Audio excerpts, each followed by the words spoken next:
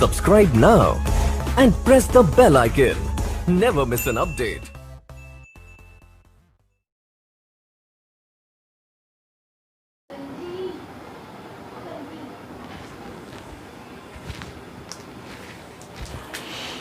Good morning बच्चों। तो इससे पहले की जो अपनी क्लास थी उसके अंदर मैंने आपको संकुलों के आईयूपीएसी नामकरण सिखाए थे और आई होप आपको आईयूपीएसी नामकरण आ भी गए होंगे। आज अपन कुछ डेफिनेशन के बारे में डिस्कस करने वाले हैं। जैसे फर्स्ट टॉपिक है अपना योगात्मक यौगिक।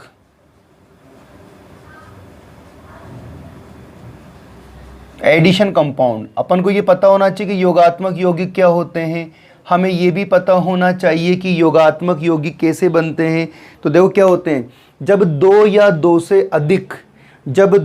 दो से अधिक सरल स्थायी यौगिकों को आपस में मिश्रित किया जाता है तो योगात्मक यौगिकों का निर्माण होता है। रिपीट अगेन, जब दो से अधिक सरल स्थायी यौगिकों को आपस में मिश्रित किया जाता है या मिश्रित कर वाष्पित किया जाता है तो क्या होता है, योगात्मक यौगिक का निर्माण होता है।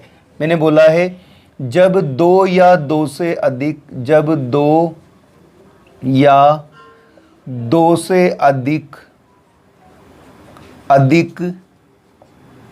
सरल स्थायी यौगिकों को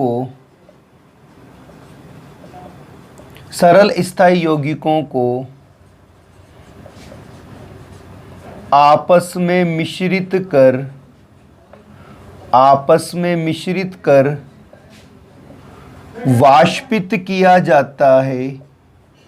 वाष्पित किया जाता है तो योगात्मक यौगिक का निर्माण होता है। That's all. योगात्मक यौगिक का निर्माण होता है। जैसे नाम से पता लग रहा है, अगर अपन को योगात्मक यौगिक बनाना है तो आपको दो या दो से अधिक यौगिकों को रिएक्ट कराना होगा। फॉर एग्जांपल जैसे बोले अपन फेरस सल्फेट, ये फेरस सल्फेट है, इसकी रिएक्शन करवाते हैं अमोनियम सल्फेट साथ में 6H2O। अगर अपन इनको रिएक्ट करवाते हैं तो बच्चों अपन को प्राप्त होता मोहर साल्ट। यानी कि अगर इन सबको जोड़ देते हैं अपन, जोड़ने पर क्या मिलेगा, ferrous sulphate FeSO4 dot NH4 का होल ट्वाइज SO4 और यहाँ हो जाएगा 6H2O। तो इसे बोलते हैं बच्चों मोहर साल्ट, बोले तो मोहर लवण। इसी प्रकार आप ले लो, जैसे potassium sulphate plus aluminium sulphate plus 24H2O क्या बनेगा। अगर अपन सबको जोड़ दें तो इन सबको जोड़ने पर अपन को प्राप्त होगा, एडिशन हो रहा है, जोड़ दो आप, potassium sulphate aluminium sulphate dot 24H2। बच्चों इसको बोलते हैं पोटाश एलम, अब देखो यहाँ पर पोटाश का मतलब क्या होता है। देखो यहाँ पोटाश का मतलब होता है पोटेशियम, यानी कि पोटेशियम का सल्फेट, ठीक है ना। एलम का मतलब होता है एल्यूमिनियम का सल्फेट। तो आपने सुना होगा पोटाश एलम का एक और नाम होता है फिटकरी।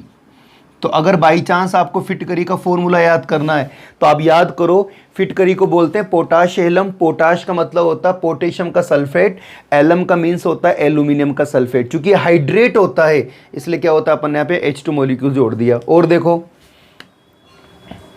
Potassium chloride, magnesium chloride plus 6H2O, अगर अपन इनका हाइड्रेशन करें, इनका सबका एडिशन करते हैं, ठीक है, तो क्या बनेगा, पोटेशियम क्लोराइड, मैग्नीशियम क्लोराइड और 6H2O।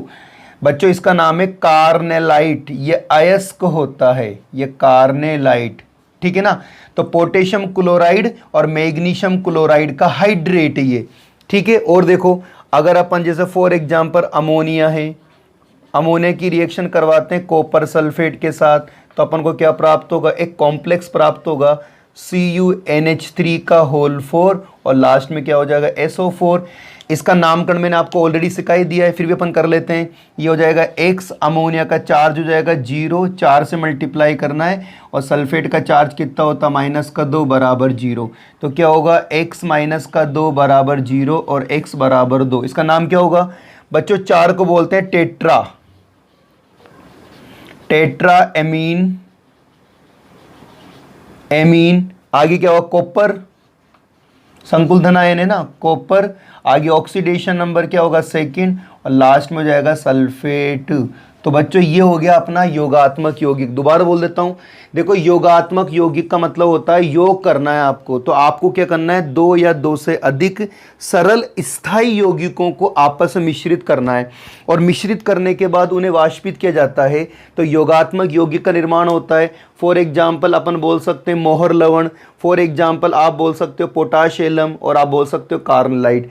आप चाहें तो इसकी रिएक्शन को ऐसे भी याद कर सकते हो। फॉर एग्जाम्पल जैसे मैंने बोला मोहर लवण, तो मोहर लवण का फॉर्मूला होता है फेरस सल्फेट, ये फेरस सल्फेट, और क्या होता है साथ में होता है अमोनियम सल्फेट, ये होता है अमोनियम सल्फेट, साथ में होता है 6H2। अब आप ऐसे फॉर्मूला याद कर लो, ठीक है ना।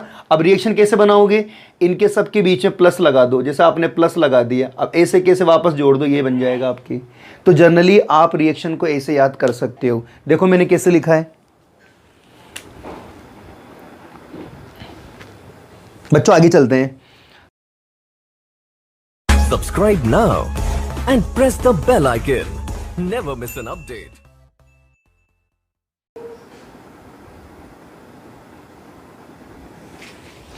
तो बच्चों ये अपना पॉइंट खत्म हो गया योगात्मक यौगिक। आगे चले तो देखो बच्चों योगात्मक जो यौगिक होते हैं, योगात्मक यौगिक 2 प्रकार के होते हैं। यहां से भी क्वेश्चन निकलता है, 2 प्रकार के होते हैं। नंबर 1 कौन सा होता है, नंबर 1 होता है दिक् लवण, नंबर 1 दिक् लवण, और दूसरा क्या होता है, दूसरा होता है बच्चों अपना संकुल यौगिक। बच्चों यहां से क्वेश्चन आता है कि दिक् लवण और संकुल यौगिक में अंतर लिखिए, तो यहां से आपको याद करना है। अब देखो क्वेश्चन का आंसर क्वेश्चन के अंदर ही है। अगर अपन दिक् लवण की बात करते हैं तो दिक् लवण का मतलब होता है 2, ठीक है ना। मतलब क्या होता है, जब 2 समान ऋणायन युक्त साधारण लवणों को आपस में मिश्रित कर शुष्क होने तक वाष्पित किया जाता है, तो दिक् लवण का निर्माण होता है। ये जलयोजित क्रिस्टलीय साल्ट होते हैं, जिनका अस्तित्व केवल क्या होता है, ठोस अवस्था में होता है। अगर आप इनका जलयोजन करते हैं तो ये हमें 2 धनायन और 1 ऋणायन देते हैं। क्या बोला मैंने बोला जब दो समान ऋणायन युक्त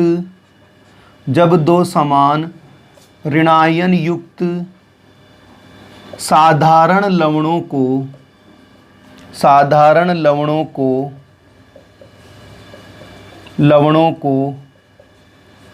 आपस में मिश्रित कर शुष्क होने तक वाष्पित किया जाता है तो दिक् लवण का निर्माण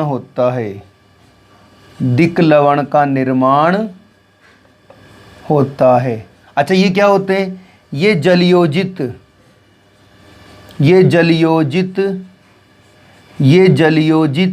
आगे क्रिस्टलीय लवण होते हैं, जिनका अस्तित्व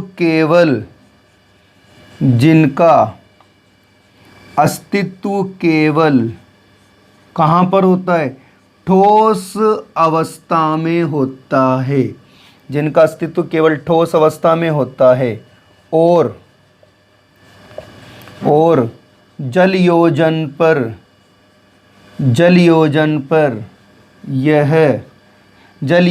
पर यह 2 धनायन तथा 1 ऋणायन देते हैं। तो ये अपन को याद करना है, ठीक है ना।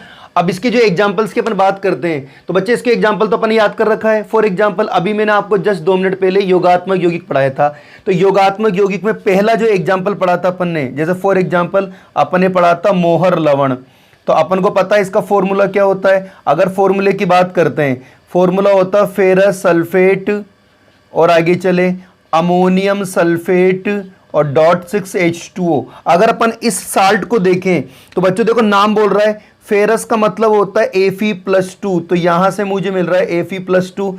सल्फेट की बात करते हैं, सल्फेट के अंदर मिलता है मेरे को SO4- का 2। अगर अपन अमोनियम की बात करते हैं तो यहां से मिलेगा मुझे अमोनियम, और यहां से भी मुझे क्या मिलेगा, SO4 मिलेगा। चूंकि SO4 ऑलरेडी आ चुका है तो अपन को क्या मिल रहे हैं, अपन को 2 तो धन आयन मिल रहे हैं। देखो आप क्या मिल रहे हैं, 2 तो धन आयन मिल रहे हैं और साथ में क्या मिल रहा है, 1 ऋणायन मिल रहा है। तो ऐसा कोई भी साल्ट जो अपन को 2 धनायन और 1 ऋणायन देता है बच्चों, वो होता है आपका डबल साल्ट। और देख लो आप, इसके बाद अपन ने लिया था पोटाश एलम। इसके बाद दूसरा एग्जाम्पल अपन ने पढ़ा था, वो था बच्चों पोटाश एलम। अगर अपन पोटाश एलम की बात करते हैं तो देखो पोटाश का मतलब होता है, पोटाश का मतलब होता है पोटेशियम सल्फेट, यानी कि पोटेशियम सल्फेट। एलम का मतलब होता है एल्यूमिनियम का सल्फेट, ये एल्यूमिनियम का सल्फेट, और इधर आ जाएगा 24H2। तो आप देखो यहां पर अगर अपन देखें इसका जलयोजन करते हैं तो यहां से तो मुझे मिलेगा K+, ये K+ मिलेगा, और यहां से मुझे क्या मिलेगा, यहां से मुझे मिलेगा SO4- का 2। यहां चले, यहां से मुझे मिलेगा एल्यूमिनियम +3, और यहां से मुझे वापस क्या मिलेगा, SO4- का 2। तो क्या हो गया, 2 तो धनायन हो गया और 1 ऋणायन हो गया। एक एग्जांपल और देखते हैं, जैसे अगला एग्जाम है आपके पास, अपन ने पढ़ा था कार्नेलाइट। अगर जनरली अपन कार्नेलाइट की बात करें तो इसका फॉर्मूला बच्चों होता है पोटेशियम क्लोराइड, मैग्नीशियम क्लोराइड और 6H2O। तो अगर अपन इसका भी जलयोजन करेंगे तो हमें यहां से क्या मिलेगा, यहां से मिलेगा मेरे को K+, यहां से मुझे मिलेगा Cl-, और यहां से मुझे वापस मिलेगा Mg+2। देख लो आप, यहां पर भी आपको 2 धनायन और 1 ऋणायन मिल रहा है। तो इन सबको बोलते हैं अपन डबल सॉल्ट। तो बच्चों आगे चलते हैं, ये हो गया अपना डबल साल्ट। आई होप आपको समझ में आ गया होगा। कुछ नहीं करना, आपको टुकड़ों में याद करना है। कैसे, 2 समान ऋणायन युक्त साधारण लवण होते हैं, ठीक है ना, उन्हें अपन क्या करते हैं, मिश्रित करते हैं, फिर उनको वाष्पित करते हैं, तो फिर अपन को दिक् लवण प्राप्त होता है। जलयोजित क्रिस्टलीय लवण होते हैं, ठोस अवस्था में स्थायित्व होता है, और जलयोजन पर 2 धनायन और 1 ऋणायन देते हैं। अब बच्चों आगे चलते हैं अपन, अगला पॉइंट है अपना संकुल यौगिक। देखो संकुल यौगिक क्या होता है, अपने चैप्टर यही है। संकुल यौगिक का मतलब होता है उपसंयोजक यौगिक। अगला पॉइंट है बच्चों संकुल यौगिक।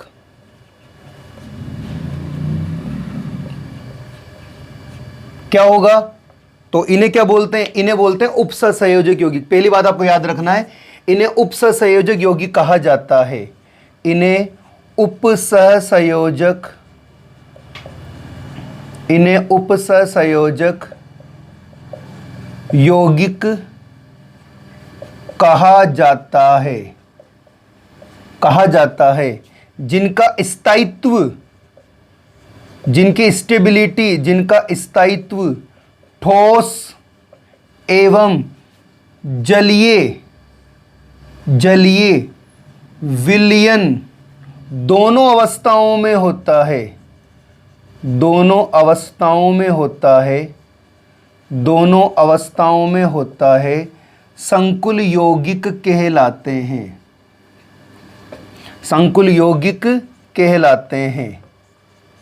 अर्थात, अर्थात वे यौगिक, अर्थात वे यौगिक जिनमें, जिनमें केंद्रीय, केंद्रीय धातु परमाणु, केंद्रीय धातु परमाणु या आयन, क्या होगा, केंद्रीय धातु परमाणु या आयन अन्य उदासीन अणुओं, अन्य उदासीन अणुओं या आयनों के साथ, या आयनों के साथ क्या बनाएंगे बच्चों, उपसंयोजक, आयनों के साथ उपसंयोजक बंध बनाते हैं, बंध बनाते हैं।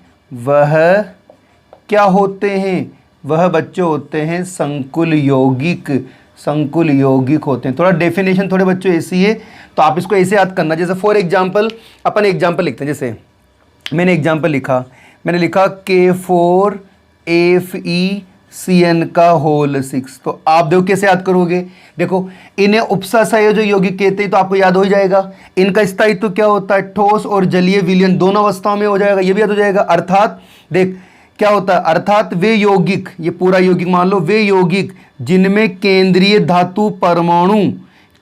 धातु परमाणु या आयन अन्य या तो उदासीन अणु होगा या आयन होगा, उसके साथ क्या करती है, उपसहसंयोजक बंध बनाती है। तो ऐसे यौगिक क्या कहलाते हैं आपके, ऐसे यौगिक बच्चों आपके कहलाते हैं संकुल यौगिक। एक दो बार आप टुकड़ों में ढंग से पढ़ोगे तो ऑलरेडी आपको याद हो जाएगा। कॉम्प्लेक्स को देखकर आपको इसकी डेफिनेशन याद करनी है। तो बच्चों आगे चलते हैं अपन, आई होप आपको समझ में आ गया होगा ये। अब चलते हैं, देखो अगली डेफिनेशन की बात करते हैं। अगली डेफिनेशन है अपने उभयदंती लिगेंड। ये कुछ डेफिनेशन आपको याद करना है। उभयदंती लिगेंड, उभयदंती लिगेंड अपन को ये पता होना चाहिए कि उभयदंती लिगेंड क्या है। देखो उभयदंती लिगेंड का मतलब होता है वे एक दंतुक लिगेंड। क्या होता है, वे एक दंतुक लिगेंड जिनमें दो या दो से अधिक दाता परमाणु, या वे एक दंतुक लिगेंड जिनके अंदर क्या होता है, एक से अधिक दाता परमाणु केंद्रीय धातु आयन के साथ उपसहसंयोजक बंध बनाता है, उसे क्या बोलते हैं, उभयदंती लिगेंड। जैसे फॉर एग्जांपल मैंने लिखा ये मेटल है, इस मेटल के साथ बॉन्ड बन रहा है साइनाइडो, यानी कि साइनाइड बॉन्ड बना रहा है, ठीक है ना। तो ये क्या होगा, साइनाइडो। अब इस साइनाइडो में डोनर ग्रुप कौन है आपका, कार्बन, तो अपन लिख देंगे यहाँ पे कार्बन।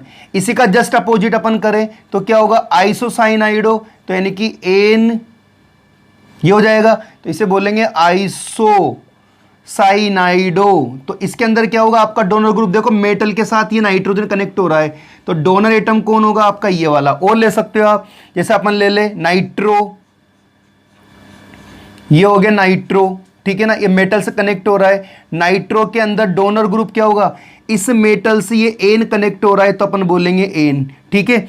इसी का उल्टा ले लो नाइट्राइटो, तो नाइट्राइटो में क्या होगा, एम, ये ओ, एन डबल बॉन्ड ओ, बोले तो ओ नो, तो इसे क्या बोलेंगे, नाइट्राइटो। तो इस नाइट्राइटो में कौन होगा आपका डोनर ग्रुप, ऑक्सीजन होगा। और ले लो आप थायोसाइनेट, ये हो गया, इसे क्या बोलेंगे अपन, थायोसाइनेटो। तो इसमें डोनर ग्रुप कौन होगा आपका, एस होगा, ये एस हो जाएगा।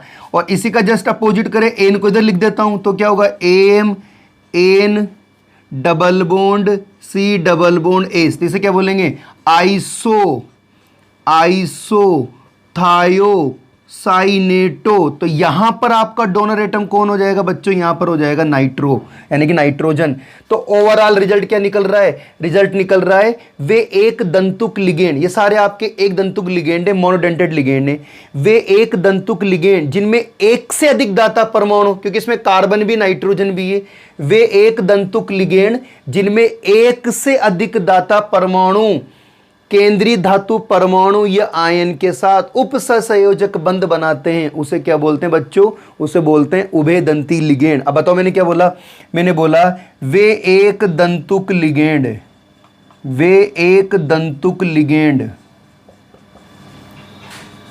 जिनमें एक से अधिक, वे एक दंतुक लिगेंड जिनमें एक से अधिक दाता परमाणु केंद्रीय धातु परमाणु या आयन के साथ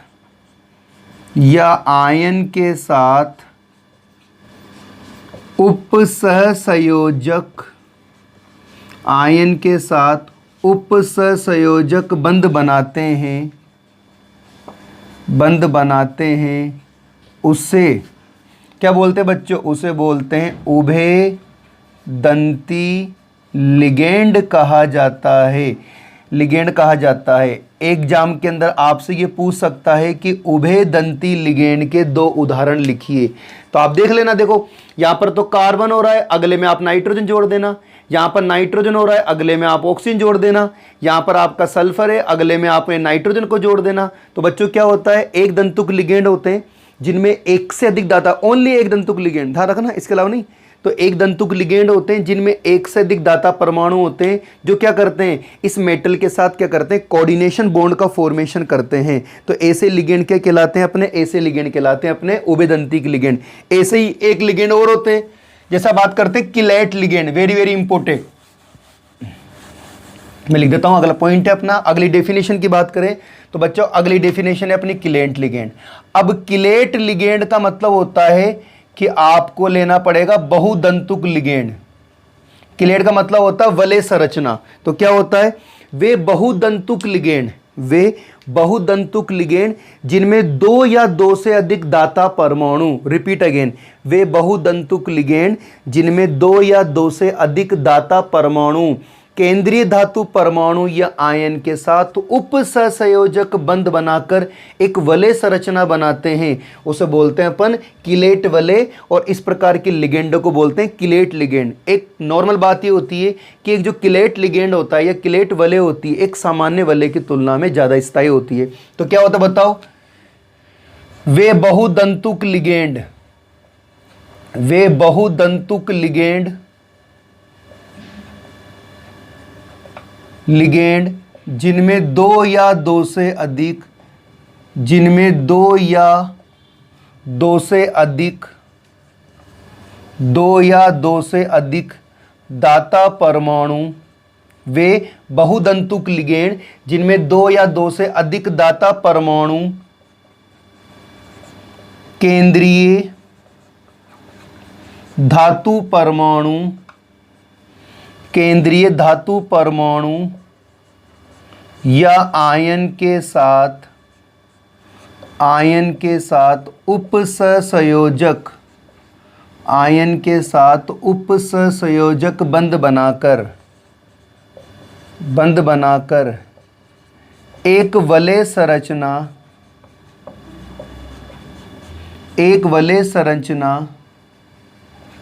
निर्मित करते हैं। तो इस प्रकार के लिगेंड,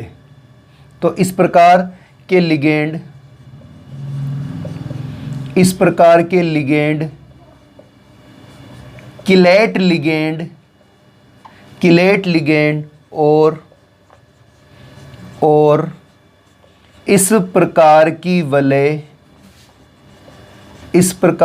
वलय किलेट वलय कहलाती है।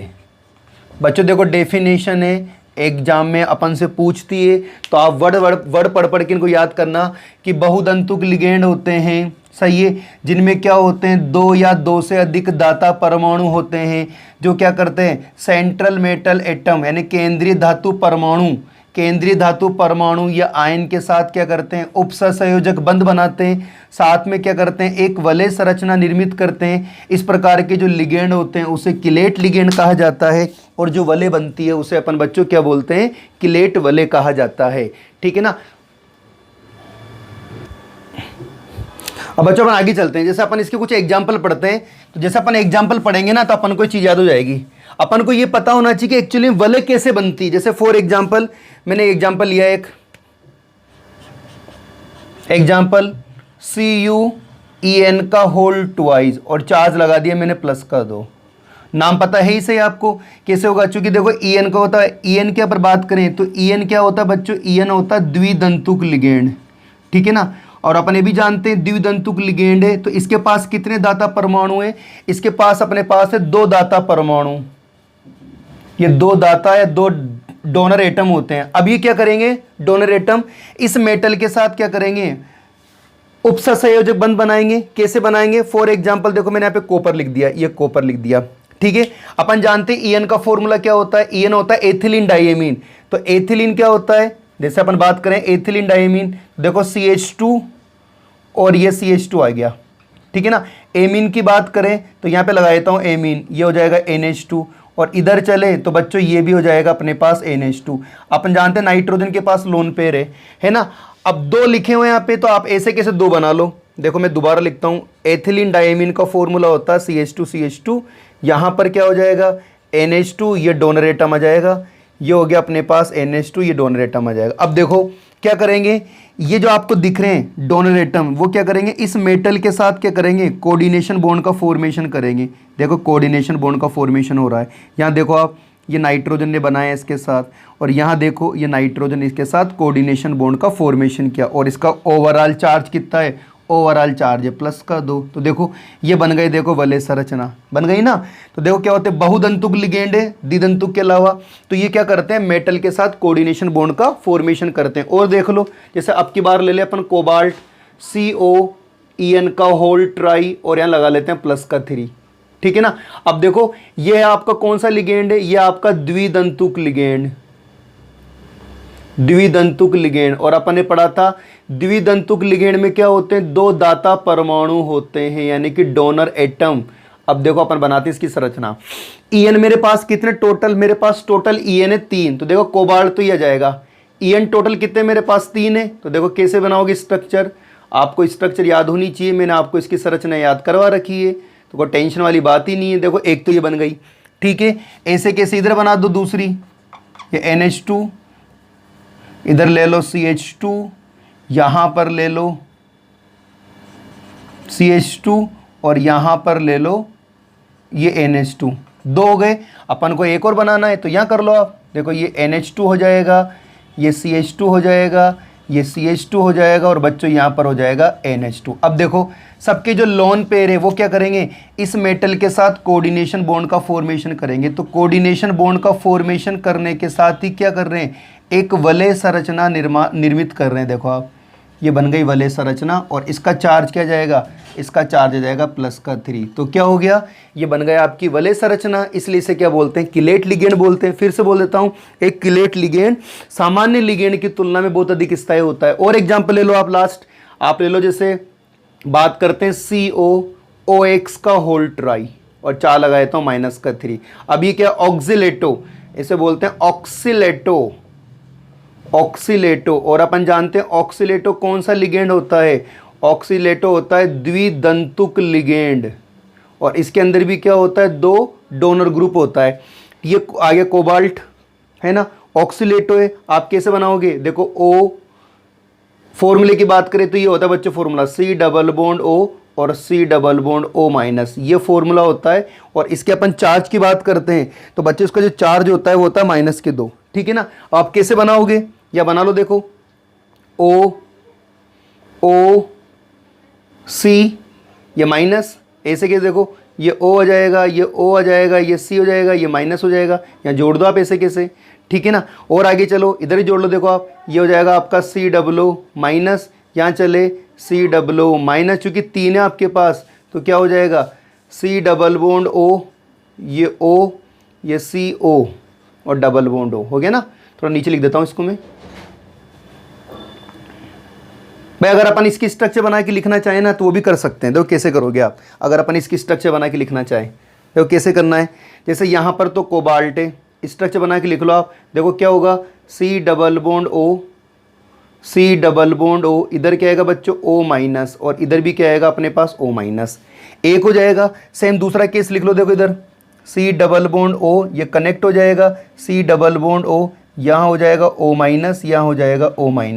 यहाँ चले, देखो C डबल बॉन्ड O, थोड़ा नीचे लिख देता हूँ, C डबल बॉन्ड O, यहाँ हो जाएगा O-, यहाँ हो जाएगा O-, यहाँ हो जाएगा डबल बॉन्ड O। ये हो गए, अपन ने केवल व्यवस्थित किया, भी जोड़ा नहीं है। तो यहाँ से देखो, यहाँ से माइनस हटा, ये कनेक्ट हो गया, यहाँ से माइनस हटा, ये कनेक्ट हो गया, यहाँ से माइनस हटा, ये कनेक्ट हो जाएगा।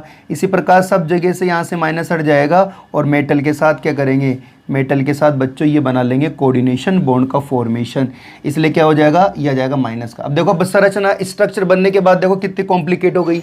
लेकिन अगर आप तरीके जैसे मैंने बताया है ऐसे अगर आप स्ट्रक्चर लिखते हो तो कोई चीज़ कॉम्प्लिकेट नहीं है, आप ईजी वे के अंदर इन चीज़ों को याद कर सकते हो। एग्जाम में सवाल आता है किलेट लिगेंड किसे कहते हैं, 2 एग्जाम्पल या फिर 1 एग्जाम्पल लिखो। एग्जाम्पल को आपको इसी ढंग से क्या हो रहा है, वलय को शो करना है। जल्दी से स्क्रीनशॉट ले लो इसका।